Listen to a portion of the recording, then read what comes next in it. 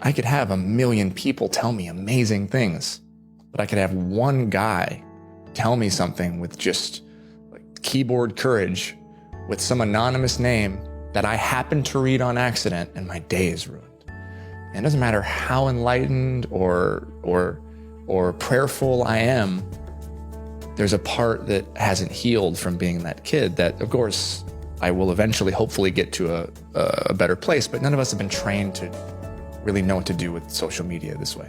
So I found myself having a lot of interesting reactions to the talk, being loved and supported by women, getting tons of texts from women when it came out.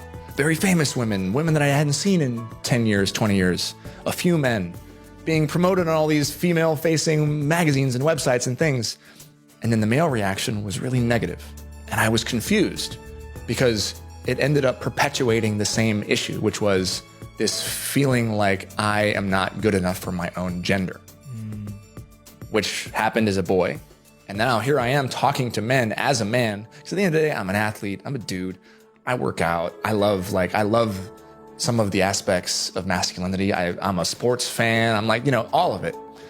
But I also am a sensitive and I'm an emotional person. And all I'm saying is that you can be both. And maybe we can use all of those aspects of masculinity that make us strong men to explore the hidden inner parts of ourselves to become more full humans. Mm-hmm. And the response was terrible on the I didn't realize that. Yeah, it was really interesting. I really didn't realize that. And I got really sad and I didn't understand.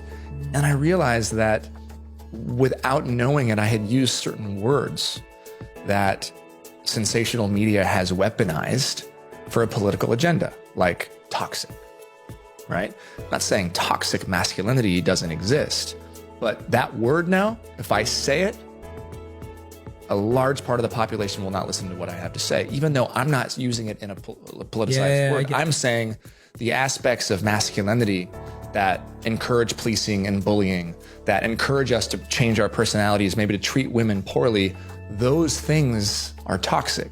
And by toxic, I mean they're bad for you in the same way that a harmful chemical causes cancer, right? That's all it is. But that word can be weaponized. And then we're living in a very sensitive time where things are very polarizing and we are in the middle of this culture war. And I found myself in the middle of that. And I realized that, man, I should have done a little more research because the men that I actually want to reach, the men that I want to talk to the most are the men who are rejecting the message. And then I was in an echo chamber. I was in a silo. I was talking to the people that already believed in it. I'm changing a little bit of the way that I talk about it because women don't need to hear what I have to say. The women are doing the work themselves. My work is with men as a man.